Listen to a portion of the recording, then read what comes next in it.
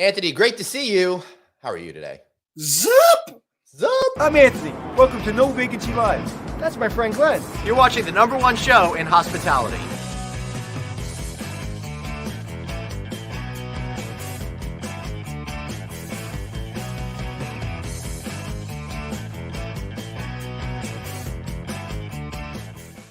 Hello, hello, hello, one and all. Thank you for watching No Vacancy Live for June 16th, 2022. That's Anthony Melchiori. I'm Glenn Hausman.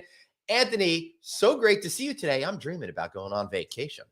Or listening to us. You said thanks for seeing us, but also listening to us. Oh, that is true. And while we're at it, if you are listening to us, why not see us? Check us out on our LinkedIn pages, Facebook pages, YouTube, all of that kind of stuff. And if you're watching us, why not check out and subscribe to our audio feed? Or better than that, subscribe to our weekly newsletter. Text the word hotel to 66866. That's hotel to 66866. Anthony, I've been podcasting for a little while, and Suzanne and I were putting together the numbers. Turns out at this point, on this date, I have done more than 1,000 podcasts hosting different shows. How crazy is that? Imagine by the 1,012th, maybe you'll be good at it. I may have hit that number. We may have to push it a little bit farther. I'm thinking 2,500. I'll have the formula down. You're looking forward to your vacation, and I'm looking forward to my vacation, which will hopefully come in the next 10 years. And Right. Is that your house behind you? No, unfortunately, it is not the Hausman Resort Pool Club and Smokehouse, but it is a phenomenal home from Marriott Home and Villas program. That looks like the house in the area I live. The houses on the beach, which are ridiculous amounts of money. There's a house that looks similar to that. Yeah, I wish it was my. Yeah, and the pool where that pool is overlooking the ocean. So now I may not be able to own it, but I can rent it, and that's thanks to the wonderful Jennifer Hsieh, VP Homes and Villas by Marriott International. Jennifer, exciting to be able to talk with you. This is our first time having any contact here. This is super duper exciting. So excited to be here. You all seem like a pretty fun crew, so it'll be a good few minutes. Yeah. All right. For some reason, Jennifer can't hear you at all. Is that? I can hear her. I hear her. No, the other way. Yep. I can hear you, Glenn, but I can't catch Anthony. That's really weird. You don't hear me? That's never happened to us. All right, Jennifer, what we're going to do is I'm going to ask you to just refresh your browser, come right back in. I'll bring you in as soon as you return. All right? Sounds good. Thank you. All right. So, Anthony, as I'm planning my summer vacation, and I'm fortunate enough to be going to Hawaii this summer. So our good buddy Craig Sullivan has got a house that he puts into a rental pool. So until companies like Airbnb and great organizations such as Marriott started doing these homes and villas rentals, it usually was a lot more complicated to be able to find those properties. And it's nice that I have a buddy who could give me a place. Yeah, and it's also great to have Marriott standing behind something like that. Yeah, it sure is. All right, she's loading up her camera right now. I'll wait until she comes in before we get to that. So tell me in Hawaii. Tell me. I know you've been to Hawaii before, but tell me the one thing that you're going to do that you're like crazy.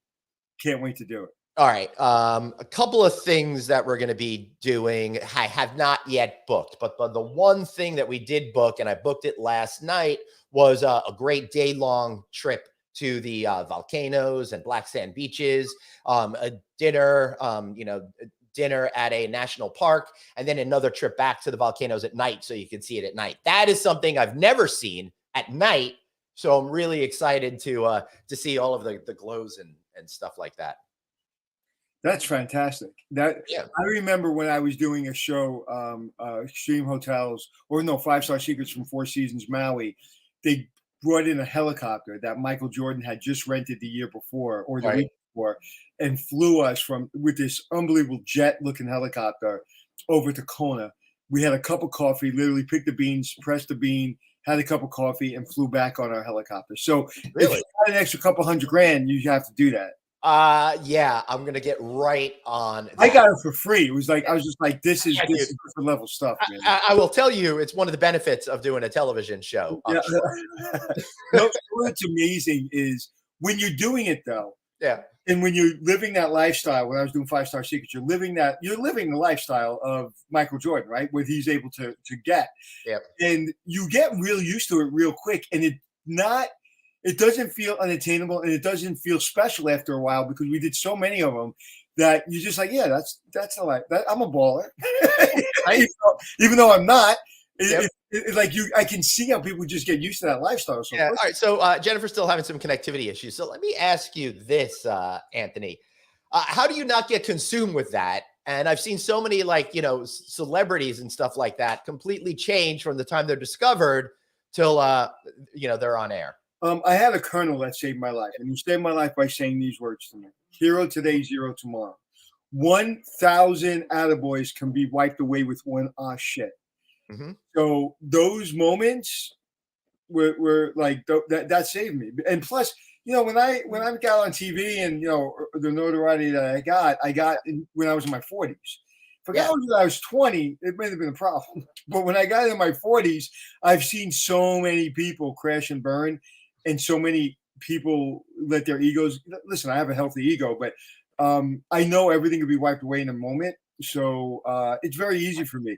That's why it got so comfortable for me so quickly, because yes, I enjoyed it, but I wasn't in awe of it. And when I'm not doing 5-Star Secrets anymore, I'm not like, oh my God, I would love to do the show, but it's not like I gotta live that lifestyle. I'm very happy in my nice house near the beach, going to the pool, and I like the lifestyle I have. So I don't want that lifestyle unless it's given to me, from time to time, and it's free. Right. Well, this is weird. Now Jennifer is saying she can't hear me, but she can hear you. Is that still correct, Jennifer? Well, she's not reacting, so I'm going to guess it is. So Jennifer, we can't hear you or see you, but you can. I can bring her in. I could bring her in. There she is. Yep. Now, I don't can you hear me now? Yeah, I can hear you. Can you hear Glenn? Can you? I can hear you, Anthony, but not Glenn. Okay, so you got to really pick your favorite. Lucky. You like Glenn better than me, or you like me? I feel like it's happening right now. Glenn was with me from the beginning. So we're going to continue this like I'm Glenn. So, and then Glenn's going to be me, and he's going to say witty and funny stuff that have no relevance to our conversation. And I'll ping you when Glenn comes and appears on my screen. So tell me how these homes and villas, like, how did it start? Like, how did the program start? Why did it start? And then tell us how wonderful it is and why. Yeah, it's a really fun story. So, back in 2017, so prior to leading Homes and Villas, I used to lead enterprise innovation for the company. And our job was looking at the future. What's the new? What's the emerging? And we did this, what we call an incubator with some startups. And the challenge to them was, tell us what you think will drive a much better customer experience in travel in the future. And there was a startup there that really piqued our interest. And essentially, it was a professional property management company who grew out of really this burgeoning business around the shared economy. Mm-hmm. And so, as a company, we looked at trends, like people were sharing everything: clothes, cars, homes, and places to stay was one of them. And we started with a startup, and they had about 400 homes in London. And in 2018, we launched the first pilot. It was actually not called Homes and Villas. It was called Tribute Portfolio Homes. And we launched it in April of 2018. And we brought to life about a couple hundred homes in London. And we built it off of this platform called Tribute Portfolio Homes. And we tested it in London specifically, and we got great feedback. Customers, it was clear they were looking for a home product, a whole home product that was really different from hotels. And so we started with that. We expanded in October of 2018 and went to Paris and Lisbon, and we expanded the pilot. But after we expanded the pilot, we've really got something here. And we took learnings from the hotel business model, which is, we don't own our hotels. We have franchisees and owners. And we modeled a very similar approach. And we went quiet for a few months. And then in May of 2019, we launched Homes and Villas. And we really launched it because here's what we were hearing from our customers. In 2017, we did a survey and we heard from our customers that 27% of them at that time were leaving the Marriott portfolio to go rent a home Right. because they wanted a whole home product that gave them more space, the full kitchen and washer dry amenities. And we also, when we talked to customers, they said, hey, look, here's what I love. I love the product. Here's what I hate. I hate that there's too much stuff out there. It's hard for me to figure out what's good and what isn't good. I get nervous because I'm planning the vacation for my whole family. And what happens if I get to the house and it doesn't look like what I saw in the pictures? I'm going to get grief for the rest of the trip. Right. Or what happens if something goes wrong when we're there? Um, and so when we built Homes and Villas, we built it from learning from our initial pilot, but we also built it against these things that the customer told us, things that they loved, which is we only do whole home rentals. We don't do anything shared. They want the space, they want the amenities. We curate it for them. And so my team goes through and we select the product that we feel like fits our customers' expectations. And we really focus on luxury and premium. And then, we have professional property managers that work with us. So if anything happens and goes wrong, we have somebody to support that guest. And so we built the business really trying to solve some of those pain points. So was that 27% number pretty surprising to you when you saw that? In 2017, it was. Now, so reminder for you, this is like pre-pandemic, right? And so when we thought about it, we thought, oh my gosh, why would nearly 1/3 of our guests leave our portfolio? We've got all these amazing hotels, 30 hotel brands from luxury all the way down to select. And so when we looked at that, we said, we've got to figure out a way to find a way to keep our customers in our portfolio. But on top of that, it's a really different product. Like when you look at the product that you see for our homes, on average, we've got guests staying 5+ nights, 3+ bedrooms, and they're telling us that they want the space. It's because they say, look, I want to be together with all my family and friends, but I still want enough space where I could go into a bedroom, shut the door, and not have to see them all the time. 100%. And so, that number now after this pandemic and this really weird last few years, I think we, wouldn't be surprised if that was close to 40% Wow. of consumers. So you think the last few years have been a little weird? What Yeah, happened? I mean, what a roller coaster. So, Glenn, what questions you have, young man? All right. So I do want to say, and I know she can't hear me, but a little bit of what I think has been leading up to this. I think the desire. Anthony, you may have to repeat Glenn's question for me. I'll repeat everything. I think that the desire for this product has been in the marketplace for a lot of years. However, that side of the industry didn't have the sophistication of the hotel industry to bring it to the attention of the average consumer. So while there are people that rented vacation, I hear you, Glenn. Hey, so while we did it. I'm doing a little bit of piece that I was just saying that I think that the desire for people to stay in these homes has always been there. However, there was two things. It wasn't necessarily the technology in place for people to easily find those homes, combined with what you were talking about. I guess the disintermediation of everything. No real one place to go to make it easy on you. So in my opinion, it was a smart move for you to get in. And one of the first major hotel companies to see what was happening with some of those other non-traditional companies and saying, oh yeah, people want that trusted Marriott brand and they want a vacation the way that they want to today. And the way they've always wanted a vacation, they just didn't necessarily know about it or have access to it. That's right. And I'll tell you, we probably have 15 to 20 white papers that we had done in the last 15 years about the sharing economy and this trend. And we always sat and we were like, this is what's happening. But it was hard to actually think about a business model that would work for Marriott because look, our brand, we make a big promise to customers. When you stay with Marriott, it's about quality, trust, security, safety, service. And this industry had been really it felt like the wild, wild west. So when we built this business, we built it with a lot of learnings from the hotel business. Right. So, Anthony, I'm sorry, I'll let you take over 1 second, but I'm curious as to what that business model is. Of course, everyone knows that Marriott International is a traditional franchising company that's asset light. is this division of the company the same formula, or are people putting homes into a rental pool, or is it something that I'm unaware of? Yeah, so it follows much of the same formula. So what we do is we identify the world's best property management companies. Mhm. And those property management companies could be like the best little 4-generation owned beachside Right. property manager who's had, 50 homes by the beach for many, many years, or it could be some of these really large players. Right. And so the model is very similar to hotels, which is we find the best operators out there.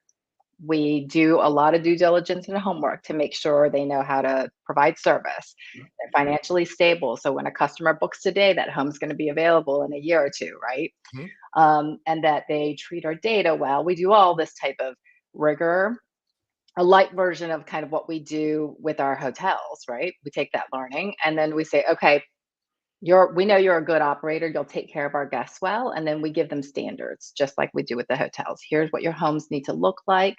Right. And they don't all have to look the same. Homes should look and No, they feel should not. different. Right. So something in Palm Springs will look really different than Gatlinburg.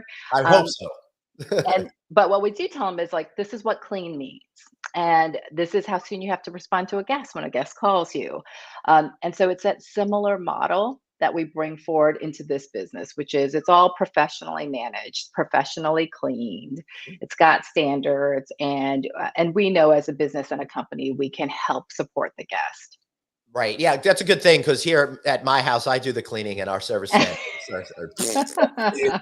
Anthony? In the early stage of doing this, what is the one thing that surprised you with all your experience, with all your white papers, and you seem to be a person that's always thinking 10 steps ahead. What's the one thing like, I didn't think of that? Yeah, that's a really good question. I actually think one thing that surprised me, it's a little bit boring, is how fragmented and difficult this technology is. It is like to make the connections. Like we're used to hospitality in a hotel. There's like 2 or 3 big systems, data and information flows correctly. But when it comes to this world, it is so different. It's full of amazing entrepreneurs.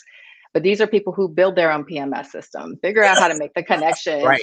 Like their brother is taking photos of the home. And, while some of that can be a little bit unnerving for a corporate company to come into, and you're like, oh wow, it's brilliant. Like you get some great entrepreneurs out there who have solved problems. Like they have solutions in homes that detect noise level, and so like you Yep. have a noise detector in there and they can sense if you're having a party when you shouldn't be, and so they have actions, right? And so they have really nuanced innovations that are super well designed in this space. So it's the tech is hard.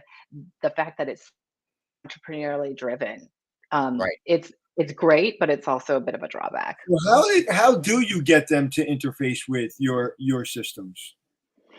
Yeah, well, we built it, and so we like to say we flew the plane while we were building the plane. And so, when we started it, we said, okay, we've got the minimum viable product, and so we Right. talk about that all the time, and then we continually make it better. And it's just, I mean, it's tech talk, but we have our own systems, and then we have various APIs that connect to all the different partners, and so Well, never perfect, but listen, and our industry is not known to be tech savvy industry. I think we're getting there now. yeah.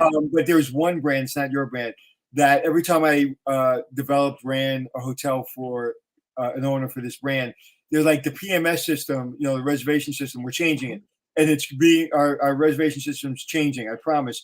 I've been in the business 35 years. They've said Yeah. that. And I'm not kidding. They've said it for 18. So, Yeah. and it still hasn't changed. So it is something that we have been challenged with, but we are obviously seeing some serious, I think because of COVID, we've gone 10 years in the future. It's funny. Anthony's systems, when he works with these hotels, are so old, they actually hire archaeology students as opposed to hospitality students. Not when you thought of that joke Hey. through my conversation, and you were just like, I just can't wait to say I was waiting till your sentence was over. We've got some in our hotel business. We got some systems that are ready for retirement for sure. Yeah. Well, in Hotel Impossible, there's plenty of times when they pulled out the red logbook And they're like, well, I have 27 check-ins today and 30 check-ins tomorrow. Oh, so, yeah, our technology has been lacking, but it's, again, no upside, but the pandemic has definitely pushed us years in the future. Yep. Same thing with robots. I just was quoted in a Washington Post about the robots. And, in the beginning, I said, on robots. We were the cool kid on the block if we had a robot. Yeah. Now it's like, can I have 100 robots, please? Yeah. Yeah. Well, those robots, when I was doing work with the robots, we had a few in the West End, and often we were testing it. Yeah. Those guys were so slow. I mean, those robots were very, very slow, but the technology, if you get it right, where they can know which floor to go to and exit and pop open the top and deliver a toothbrush, pretty cool. Particularly, I don't have to then have an interaction with a human being. And in those particular circumstances, that's not where I want to have that meaningful interaction, Exactly. Yeah. And Glenn is a robot. So, and he was slow. He's getting a little faster now. I am. I'm learning, as we go. That's a good point, Glenn. There is a good point that with robots, not to get off on a tangent, but with robots, there are moments where I don't like opening my door when I need, I was going to say hair dryer. When I need toothpaste or something, I don't like it. I don't like having to interact with somebody at that moment. Yeah. It's really actually disconcerting. So knowing there's a robot coming and I can get it, it's actually makes me feel more comfortable. Yeah. You know what? We see that in home rentals too, right? Like the pandemic fast forwarded everything to the point where our customers in our hotels were leaning on the mobile experience, but in our home rentals, you get sometimes 0 people, and that's what they wanted. Like our customer said, I just want to go to the home, unlock the door, and have that space entirely to myself. And sometimes we'll have service folks go in. There's a lot of consumers who actually just want privacy. They say sometimes the best luxury is privacy. We saw that, and we see that definitely in the people who say time is the best luxury will take offense at that, Jennifer. Yeah. So that is also another good adage. About 5 years, maybe longer than that, maybe 7 years ago, I went to Turks and Caicos with my family, and it was during break, and everybody was down there, and we found the quietest part of the beach. We found the quietest rental, and with a food and beverage, a restaurant maybe 100 yards away that was away from our rental. And we had the entire beach to ourselves. And the only time I saw somebody is when I went to dinner a couple of times. But outside of that, I didn't want to see a human being. And that's kind of the trend now. And unfortunately, with everybody's getting used to not seeing people. Yeah, well, it's interesting because I just went on spring break. I have 3 kids. And so did you party in Daytona Beach? I know. I was trapped in the house with these 3 kids for 2 years, right? And so where'd you go? Doing our first trip. And so we were like, well, what do you want to do? And I was like, they're like, we can stay at homes and villas, my kids were saying. And I was like, actually, we're not gonna do that. We're gonna stay at the Ritz-Carlton Resort on Amelia Island because I don't need another business trip. Right. I want to go somewhere where you guys are all taken care of. No one has to ask me what to eat, what to do, anything. Right. But that was half of our trip. The second half, we stayed at a homes and villas with my extended family, and we had 20 of us there. It was board games and beach, and that it was perfect. And that's my point, which is was it also Amelia Island? Right off? No, it was off of the Virginia Beach coast. And so we said, and that's what our customers want. There are some times they're like, I just need to be pampered and I don't want my kids to ask me for a single gosh darn thing.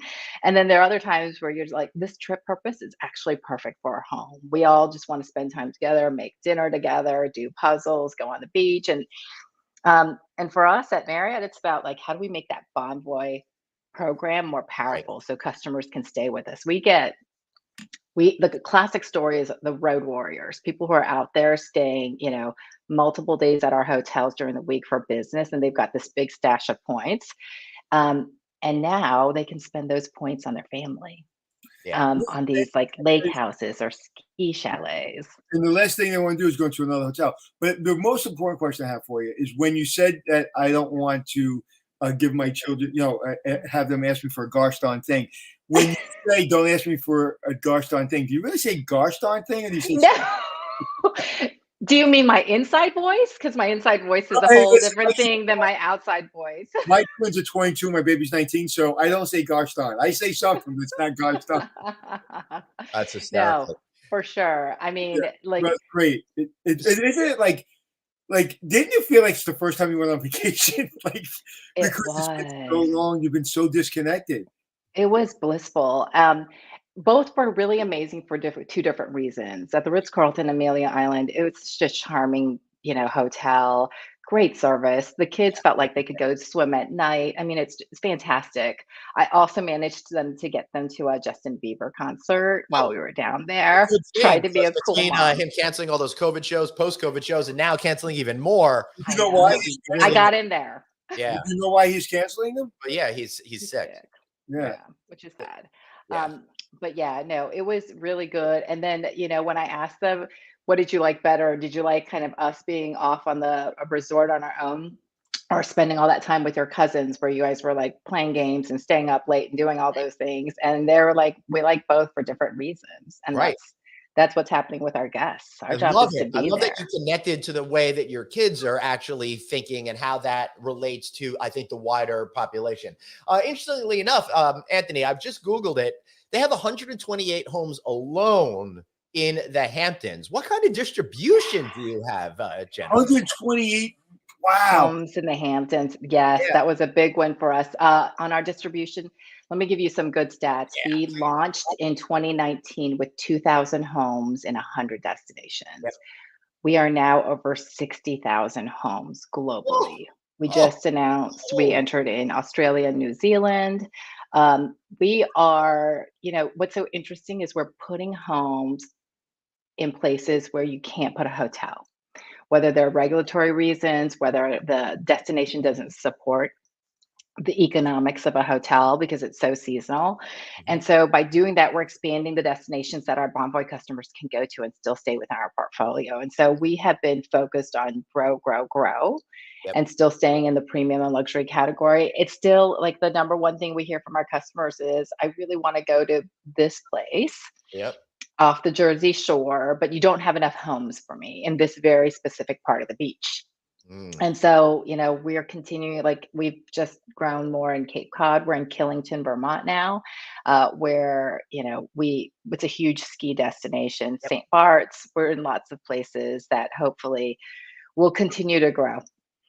So I would imagine, based on this model, that this is when things are going. I have two questions. When things are going well, this is one of your most profitable parts of the business as far as different models, because there is very low FTEs. There is very low expense because someone else owns the home. I would imagine that the more you grow it, the more that this is very promising. Yeah, well, I call us the best little startup in a big Fortune 500 company. Right. And so we have, so I would not say, like, certainly there's a lot, every startup has investments, right? You have to build the technology, you have to build the marketing, you have to build the people, to build the relationships with the property management company. And so, not unlike other startups, there's like an investment that happens up front. But you're right. The goal is to scale, but scale intelligently. We never want to be 6 million listings. That's impossible. Right. Right. So, Because that's full of a lot of stuff we would never pick up. But so I think This sorry, I didn't mean to interrupt. this is as close to mailbox money as you can get. Right. Ah, well, Right. I don't want to make let's it that pray simple. for that. I don't want to make it sound. I'm just kidding. But I just know how complicated it is to run hotels. So, but I'm hearing in the Hamptons that there's a 30% vacancy rate this summer, and that is a little scary because last year everything was sold out by April. Out early because So- all the New Yorkers were going to the Hamptons to live, frankly, for the Yeah. summer. Yeah. Right. So you say that with disdain in your voice. Oh, I just want to. It's jealousy. It's not just. Yeah, I was I gonna wish say, I I was, would but say with that was jealousy. me. Yeah. But how's the market in the Hamptons look right now? Yeah, I haven't taken a look at it, but I do know that the biggest complaint for us last year was like, I still can't get in the Hamptons with 128. I'll take a look and see. We are seeing what's interesting is homes do tend to book up fairly early on. And my hunch is our Hamptons portfolio will probably be at 80+% occupancy of the I wouldn't be homes. surprised too in Montauk. What's the number one home market in the country right now? Yeah. It's Orlando, believe it or not. Like in it, Orlando is the perfect use case. Yep. You know, you're taking your kids, you need those extra bedrooms, you want to stay a little bit longer because you can't catch all of Disney in 2 days. And so Orlando is the top market. And then when you look at where we're distributed in the country for US, you'll see us along the edges of the country. And Right. then a smattering kind of in the ski destinations around the Colorado and Denver area. But this particular type of business really does well. Like people just want to be near water. Is there near water, you said? Yeah. Yeah, that's why I moved near water, because I just couldn't live without water. I go over the bridge every day, Yep. in and out of my neighborhood. And I've never gone over that bridge where I haven't literally, thank God that I get over that bridge. That water literally just, I go from the city and the congestion and the nuttiness, and I go over that bridge and I'm like, it literally changes my life every day. I know Yeah, what you right? mean. When I lived in Brooklyn, I would fill up my bathtub and just kind of sit and stare. I hope you still have your house in Brooklyn. I It's don't, amazing now. but I hope you did. sold it at the peak. No, I've been out on Long Island now for 7 years, but I did, from what we bought it and we owned it for 4 years and sold it. The profit covered every expense we had during those 4 years. I mean, I'm sure. Yeah. You know, the sign is there when like Whole Foods and Trader Joe's start moving in. I know. The values are going to be phenomenal. I bought a house in Brooklyn very long time ago, and I sold it for double. And the reason I lived near the water is because I sold it for double. All right. So back to the topic. We got a question from Lonnie. I have a question. Can I ask one question? Yeah. All right, you ask and I'll ask. I'm sorry. All right, Lonnie, our listener is saying, hey, what's the average square footage of a property? I'm going to say the answer is there is no average. But there is no average, but I can tell you on average, we have 3+ bedrooms. Okay. Right. And so we span anywhere from 1 bedroom. So sometimes, occasionally you'll see like a super charming 1-bedroom condo right by the beach. But, you know, we have 18, 19 bedroom castles, estates, villas. Wow. And so we definitely span the gamut. Right. So did I just hear right that you invited us to do our show from a castle? Yeah. Oh, yeah. My feeling is the Wi-Fi would be really challenged there, but call me and we can work something out. She did, but sadly, it's the White Castle over on Comac Road over here. It's all about calling you. Send your information in our little box on the side so I have it. But what is the one market that was surprising to you that you're like, they want houses there? Not Venice. So it's not one market, it's like a trio of markets. Okay. Pigeon Forge, Gatlinburg, and Dollywood, for people who don't know. Mm-hmm. I was gonna say Pigeon Forge because when I went there, we did a show there, and when I went to Pigeon Forge, it's the first time I ever had moonshine at Smokies. And at 7 o'clock in the morning. If you ever want to get drunk quick, have Smokies moonshine at 7 o'clock in the morning. You should a really great house store you take a nap at shortly thereafter. Pigeon Forge was literally the most shocking place in America to me. Why was it shocking to you? Because it's so busy. It is insane. Like I did not know. Like first of all, I am a Dolly Parton fan. She's amazing. Haven't been to Dollywood, but I had no idea that trio of destinations represents one of the top vacation rental markets. So we didn't get the other 2 parts. Is one of them Branson? No, I was just saying it was Pigeon Forge, Sevierville, and Gatlinburg together. Okay, we're starting. It's a little cluster, and it's super popular. Branson is good. I also have you all heard about a place called Idaho? No. If you Google Idaho, a giant plate of cheese fries shows up. But Idaho is as it sounds. It's right between Wyoming and Idaho. Oh. And it is gorgeous. Like the pictures that we have of the homes, it's prairie lands. You get in a pretty rustic looking home potentially, and it's just that's the I just want to go so I can say when people are, where'd you go? I went to Idaho. That's right. Right. And so, I mean, this has been lots of discovery in the last few years. I mean, we just celebrated our 3-year anniversary. So Wow. we've been in business 3 years. And I was just reflecting on the fact that I had no idea how many like wonderful little places were tucked away in this country. Yeah. And people were doing that when they were driving for the pandemic. Yep. Glenn, if I may, can I follow up on something? Yes, sir. You give us a good opportunity to pitch the hospitality business right now. You are an entrepreneur in a global company. You are an entrepreneur in a front desk housekeeping kind of company, right? Because people think Yep. front desk and housekeeping. You're in a position in a company in a low paying field, right?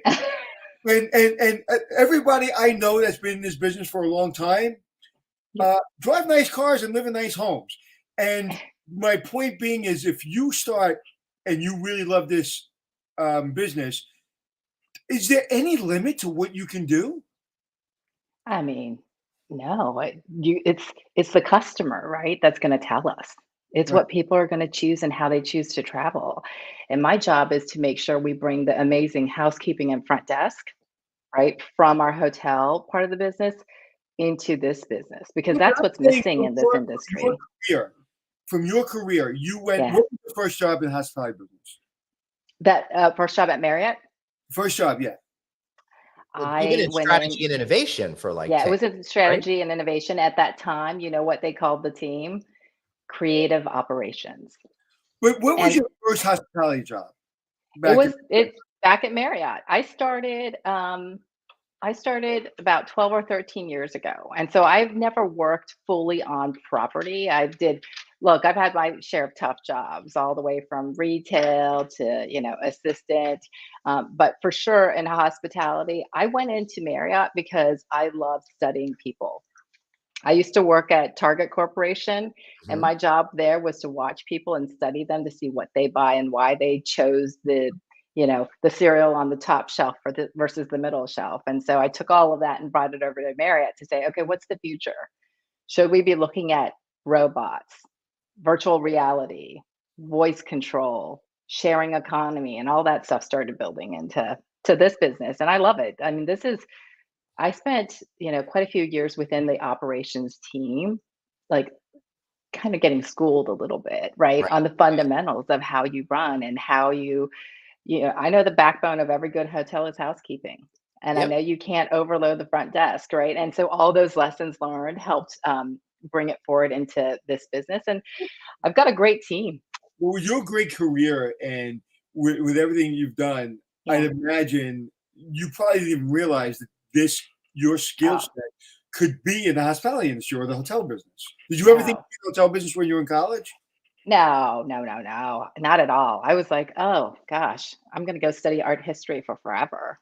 Right. And so, Uh, I think what the hospitality business brings, I think that attracts me, which is why I've been here for so long, is heart and mhm. people and like that warmth. And that's why Marriott's amazing. But I think it anchors on the fact that like you're hopefully making a difference in someone's life about a great family vacation. And those are like moments that people work really hard to get to. And so, I think my principle always has been like, let's do right by our guests and let's do the hard work for them. And I think if you kind of build a business model that works with that at its core, the the business will flourish. And that's a little bit like optimistic, right? It's tough sometimes. Like you're working in a Fortune 500 company that's not used to having startups. Yeah. And so this idea of like not being perfect and fully planned out, because when we roll things out at Marriott, the hotels, right? We roll those out to like thousands of hotels and we get it to pretty darn perfect. Mhm. Whereas my team has to think about like, how do I get it to good enough, test it, learn it, fix it along the way. And it's like it's a very different pace. Yeah. Interesting. So, how do you, being that you come from that innovation background, how do Yeah. you see innovation moving forward in your segment and perhaps the wider hospitality industry to make it Yeah. all more cohesive and stuff? Yeah. I think like when you look at some of the big macro trends, Mhm. and so people often think about macro trends differently. a trend is actually something that's been in the world for several years. Right. And what you're seeing is that consumers want experience over things. These last few years have proven it. Like the rush to get back into travel, huge. I think there's a massive blur that's happening in every part of people's lives, Mhm. whether it is work and leisure, hotel to home to apartment, like everything is beginning to meld together. And so for us, our job is to make things better digitally Mhm. so consumers can be anywhere they want. Um, and to really then focus on like carrying some of the things that they expect from when they order at Amazon into what's that experience when you're at a home. Right. And if you that Amazon is a really great example because what Yes. they've done is they've made things so easy. Yep. It actually makes you make more purchases because it That's right. knows what you want through machine learning and just has removed all of that friction from the Yeah. product. We think about that all the time. So we think about when you go onto our site and you look for homes, I should know that you have kids, right? Or I should know that you are an avid skier. Right. And then when I see you look at a house, just like Amazon does, I should be able to say, if you like this, then you'll like that, Right. and be able to serve those things up for you. And so we're on the path to getting much more intelligent around that. And that's the future, which is time is a luxury, and Mhm. people don't want to filter through thousands of products. Right. They want to be able to say, okay, in the first 2 pages, you've given me some really good choices that feel like you know me. Yeah, and honestly, I wouldn't wanna have all of that amount of choice, right? It gets back to that whole Yeah, notion of the paradox of choice. When you have too many that's right. choices, that in itself could become paralyzing and you'll lose that sale. And the thing about renting a home is it feels like it could slip away at any time. It's Mhm. just that one home that you wanted, and it's Right. for that week that fit your kids' spring break. And so we certainly have this sense of urgency when a customer finds that right home. They're like, "Oh my Yeah, gosh, I I got know. to get it now before it goes away." And largely it's true. I know that sense of urgency because I was trying to buy a flight on Delta, and it's like 3 seats left at this price. I'm like, "Ah, better act You got to now." book it Yeah, now. I think they do that on purpose. Oh, they definitely do that on But, purpose. but you just put something up that I was thinking about before was Amazon. So if I'm going to a home and I'm going to have my family there, and there's maybe 15 Yep. of them coming, and maybe we want to have, I don't know, we want to have races in the backyard. We all want to wear shirts, blue and red shirts, and I just want to have a whole bunch of stuff sent to the house, Yeah. and somebody's renting the house the day before.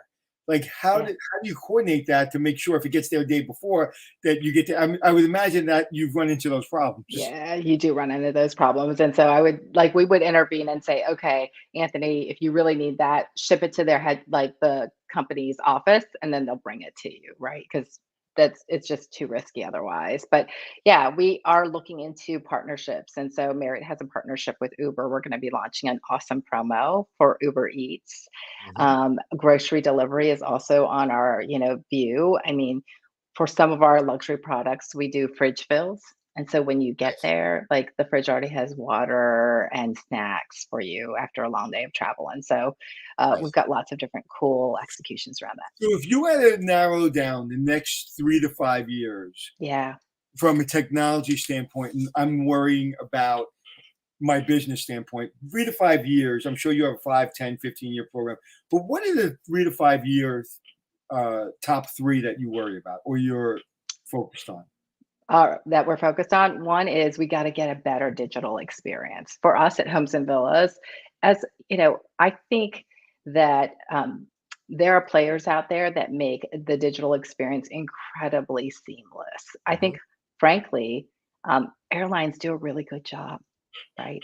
And we're Mhm. not quite there yet. We've got to get our digital experience more robust. I know for us, our roadmap within Homes and Villas is um, it's a big priority, but it's a big beast to bite off. And so while sometimes I want to be like, hey, I can just go find somebody who can build an app, right? That's not going to work because I'm in a big company with a Marriott Bonvoy app when we should kind of figure out how to fit within it. Yeah. And so the mobile digital experience is incredibly important. And it frankly unlocks a lot of the experience. It unlocks the front door sometimes, right? And it unlocks your ability to get food, delivery. And I just want it all seamless within our world. I think How do you another know but how do you know when it's time to release something as opposed to just keep Oh, at you're it. asking the wrong person because I I, release. I Like I I go, we're like, okay, let's turn it live for 12 hours. And so yeah. if it's something that you can unwind, we go. Oh, Right. I Now, love if the if philosophy. if something if someone's gonna get physically hurt, we don't do that, obviously. But if it's like if I'm gonna tweak language, if I'm gonna change and introduce a function, we go and we test it. Yeah, when I was Um, reading one of Colin Powell's books, he said he's a 70% person. And I yeah, like that because I go with, the information. You can't wait too long. You can't wait, and go without some information. But or you anyway, lose the opportunity, right? yes. And so, but So yes, what no, are your that's other huge. things that you're worried The about? other thing, I did work on this quite a while ago. We introduced a pilot in our hotel rooms with Amazon on Amazon Alexa Hmm. and voice. Yep. And at that time, I think that was like 4 or 5 years ago. Yeah, it's time to And do it again. voice was very early in its stages and people were very nervous. But I mean, I know how I live is voice is so much easier sometimes for me than actually picking something up and typing. Right. And so, and when you're in your home setting, I don't know if you all have any of those We devices, do. but if you do, it's in the kitchen typically, and or That's the where our living business. room, and it's controlling, right? And so it's controlling systems, lighting, aircon, all of those things, and it's a smart home, and it frankly provides entertainment too. And so Right. I would tell you, Jennifer, after the last few years, I think generally speaking, the American public in particular has really moved forward and is not only not worried about any privacy issues anymore regarding yeah, that, but they're coming to rely on it. I'm that's finding right. now that wherever I am, I'm like, hey, Alexa. And I'm like, oh, it's not here. You That's know, right. I Yeah, mean, well, it was in and place 5 years ago. I'm You the opposite. I don't want. I'm the opposite. The only time I use voice is in my car or on my phone. Like right now, I'll do it. But yeah, in know? my home, Oh, and everything, yeah. I unplug everything and I put it in the garage. I don't. Well, and you Anthony, got for our family, Alexa's the ultimate arbiter of our dinner time arguments. So it's very How's crucial that work? that we have her nearby. Works out well for Alexa. What I've do used you say, Alexa? What should we eat for dinner? no, it's like Alexa, and we'll ask her a particular fact that we're that's arguing right. over about. Yeah. Oh, Anyway, Or yeah. Alexa, call, the local pizzeria so we can order it without having to move.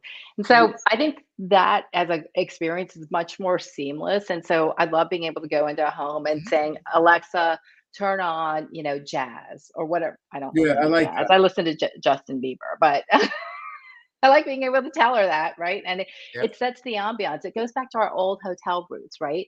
Which is like nothing sets the stage more importantly than lighting and music when it comes to food and beverage experiences, et cetera. And so, like, how do you bring that in a way into a home and give the customer control over that? I think that that's huge. Um, and then the third thing that I love, to think about and talk about, I think Glenn, you brought up is like AI and not artificial intelligence, assisted intelligence, Mhm. augmented intelligence. Yep. How do we help our guests get to the outcomes that are looking for faster and easier? And for us, it's a lot on our platform, which is how do we help you select the right product?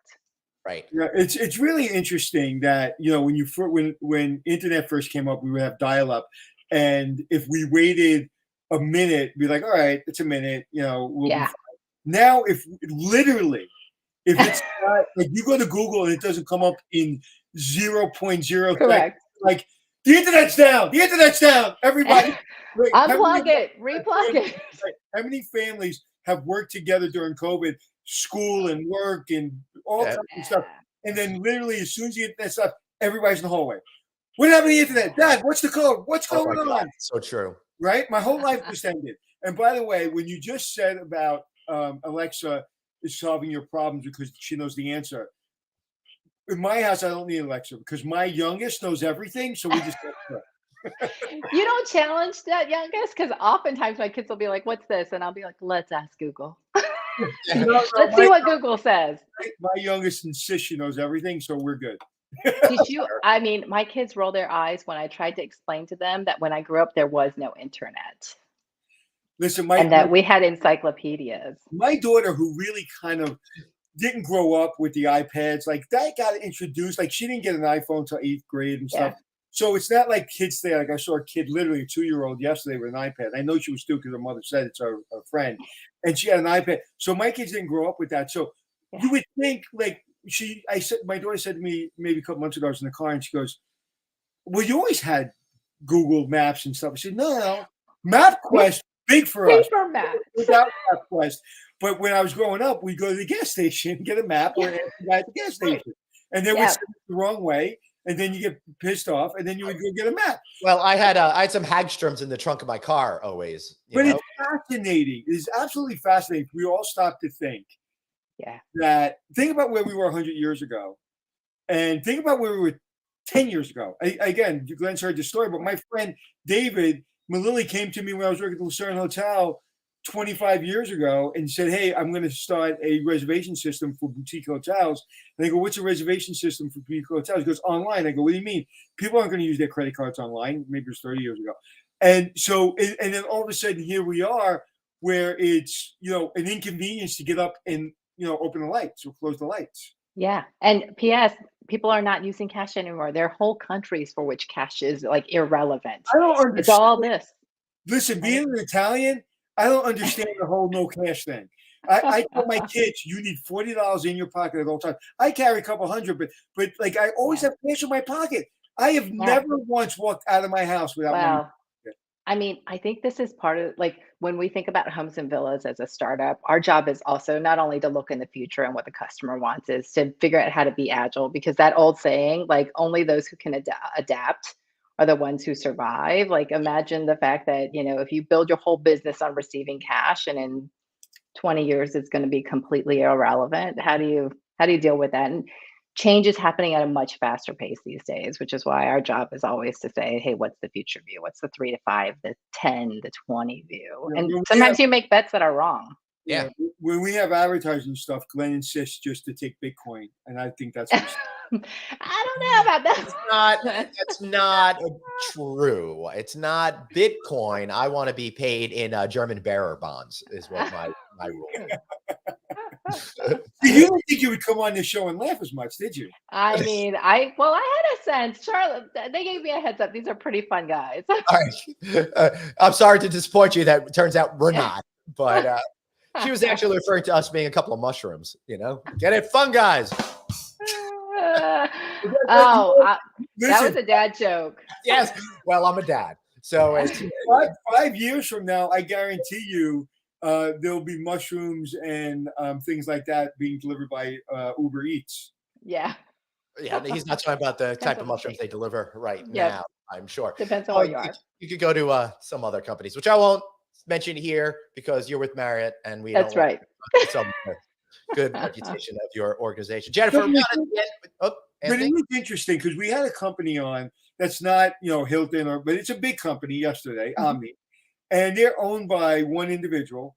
And they were talking about a lot of the fast movements that they can do that the big companies, frankly, like you, cannot do. But that you're in this startup, I think that's going to really lend itself to the rest of Marriott to see, hey, if we have capable people in leadership, we can move fast. And not only we can move fast, we must move fast.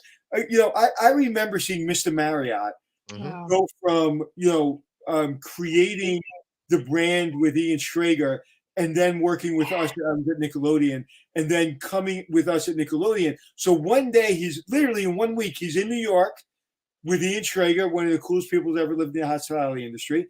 And then he's literally standing next to SpongeBob. I swear to God, I remember getting the two printouts and sending it to a friend saying that is such a cool visual that's where Marriott's going. And so Marriott did start about, I'd say, 15, 20 years ago, really start understanding the customer. Whereas I don't know if 20 years before that, hotel companies really even took that much consideration. So Marriott's always been in the forefront. It is. And it goes back to our roots. Like, you've probably heard all the Mr. Marriott sayings, which is like, success is never final. So we're always going to change and evolve.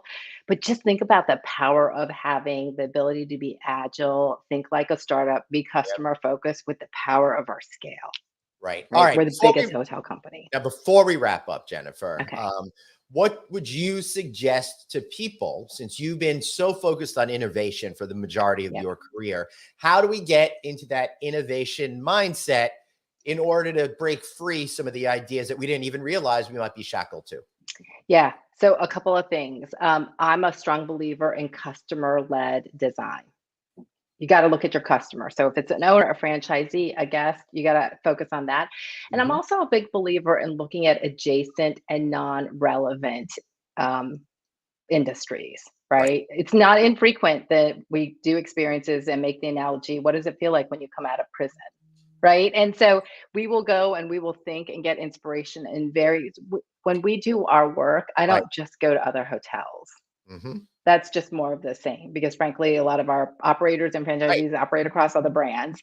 Mhm. I go to retail, I go to fitness, I go to digital experience, and we anchor ourselves in things that feel unrelated, but you kind of get those kernels of truth. Yeah, So that's keep, such an important thing because I use Enterprise and then I use other car companies from time to time if I can't get a car. And I ask all the time, what's different in the water at Enterprise that is not somewhere else? Because they're training really well and they're very, very capable. You know, I've started going to Orange Theory and their people at Orange yes, Theory are at a different level. And even Starbucks, you know, Starbucks is such a big company, but I can't remember the last time, and I'm not a big Starbucks person, but I go for my daughter. I can't remember the last time I went into Starbucks and somebody was rude. And so you can learn from a lot of different industries. yes. It's critical to learn. Yep. That's my biggest tip. Get Yeah. outside of your box. And I love what you said, and I wrote it down. Glenn, have you ever seen me write notes from a guest before? No, but I also don't pay attention to what you're doing. So. Oh, okay. That's great, Glenn. I love you too. But I took a lot of notes because I'm asked a lot of these questions, and I want to kind of remember them. Success is never final. I am going to find out who originally quoted that, and I'm putting it on my social media today. Mr. Marriott, that's one of his sayings. It's part Success of our core is value. never final. Success is Think never final. that's I've never heard that before, and it's just so relevant. And people ask me all the time. It's like, what's next? It's I want to be happy because success is never final. I mean, Yeah. so if I focus on what success I had yesterday, that's not the objective. The objective is to be happy, and that's because I love that. I love those 3 words are amazing. Forward. Awesome. Yeah. You can attribute it to Mr. Marriott. Jennifer, how about a good shameless plug for Homes and Villas? Take a look at Homes and Villas by Marriott.com. Over 60,000 homes. Some of them are going to be great inspiration. And I always look at places where I feel like it's even better than my own personal home. So you'll get lots of great inspiration. Castles, condos, and cabins. And that's what people are looking for these days because being just like home or not as good at home just isn't cutting it anymore. Jennifer, I'm going to contact you about how to get the House and Resort Pool Club, Smokehouse, Dispensary, and Brewery on your listings over there. I've got a sleeping bag I throw out in the backyard. I'm thinking about pitching a tent for people. So we're going real deal. You'll have a hard time getting through our ops review, but okay. All right. Well, we'll see about that. All right. Jennifer, thank you so much. You've been absolutely wonderful. Putting your contact information in chat so I can bother you for castles and condos. And for sure. Here you Beautiful. go. Thank you so much, Jennifer. Take care. Thanks. Have an awesome afternoon. Appreciate you. Thanks. All right, that was really cool. I love it because we never know what the conversation is going to be like, right? When we get into it. But I also like talking to people that didn't come up in the industry and that came up from a different industry, especially in the technology and consumer behavior areas, because I am just so tied to the operations that sometimes it's really hard for me to clear that, to really just see, from 50,000 feet, right, and really understand how people and things are moving. Like what I love to do, what relaxes me? I know this is the weirdest thing in the world, but every once in a while I'll go on to see where all the planes are.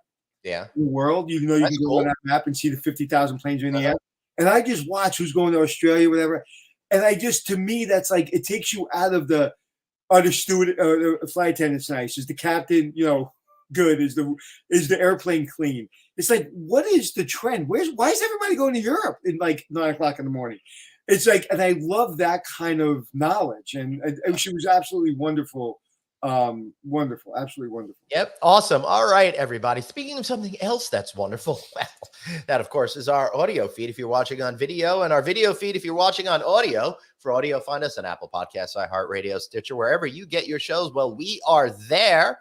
And of course, on video, we're available on our respective Facebook pages, LinkedIn pages, Instagram, all of that kind of stuff. And don't be afraid to check out NoVacancyNews.com or our YouTube page as well. Reach out to us. He's at Anthony Hotels. I'm at Traveling Glenn. Ready to go? Last time I slept in the castle, it was haunted. Yeah. That was when you were thinking about doing a show about that sort of stuff. No, we did a show called Haunted Castles or whatever. And it was the Blue Boy. That I was not afraid of the Blue Boy. I was in the room. I slept like a baby. But now every once in a while, I'll be sleeping. I'll go, I think the Blue Boy's here. So that's funny. I'm not afraid of the Blue Boy, but I am afraid of the big boy, Bob's big boy. He frightened me. He was always looked too happy. That is funny. All right, take it out. All right, everybody, have a great day. Remember, you've got one life, so blaze on and be kind to yourself. See y'all next week. Don't forget, Friday night.